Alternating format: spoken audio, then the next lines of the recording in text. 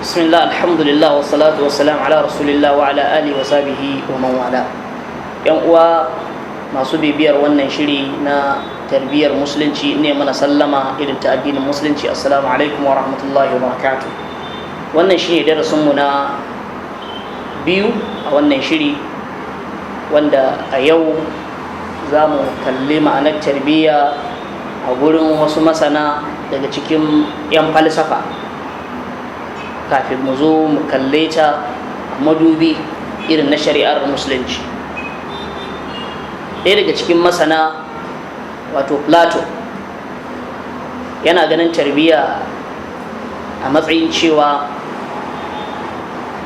tana nufin a ba wa jikin ɗan adam da ruhinsa dukkan wani abu da zai ƙayata shi, zai kammala shi da ya dace da zatinsa na ɗan adam. Wannan shine abin da Plato yake ganin ma'anar tarbiyya. Akwai Aristotle da yake ganin cewa tarbiyya shine siyasar gudanar da rayuwa ce, ta yadda za a gudanar da al'umma cikin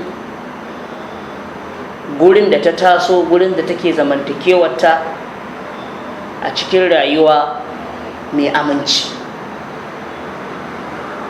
Akwai wani shi ma manazarci, wato Herbert, yana ganin tarbiyya wani ilimi ne da yake so ya gina mutum a zatinsa, ta yadda zai faɗakar da shi dangane da abubuwan da suka dace da rayuwarsa.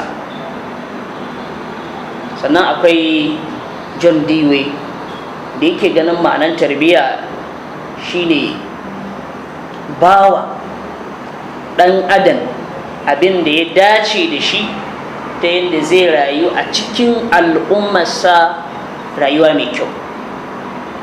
Wato idan muka duba waɗannan jawabai na waɗannan mutane, za mu iya dunkule shi mu kalli tarbiyya a mahangansu da ma'anan cewa ba wa gangar jikin ɗan adam da ruhinsa duk wani abu da zai inganta rayuwarsa, ta yadda zai rayu a cikin al'ummarsa rayuwa mai tsafta. Wannan shine abin da za mu dunkule wannan abin nasu. Don haka idan aka duba wannan ma'ana, za a ga cewa tarbiyya tana samar wa da ɗan adam rayuwa ce ta kamala, da ta kunshi shi a karan kansa, da kuma rayuwa ta kamala a cikin al'ummar da yake zaune. Mu haɗu a darasi na uku domin ganin ma'anar tarbiyya. Nan nake cewa assalamu alaikum wa rahmatullahi wa barakatuh.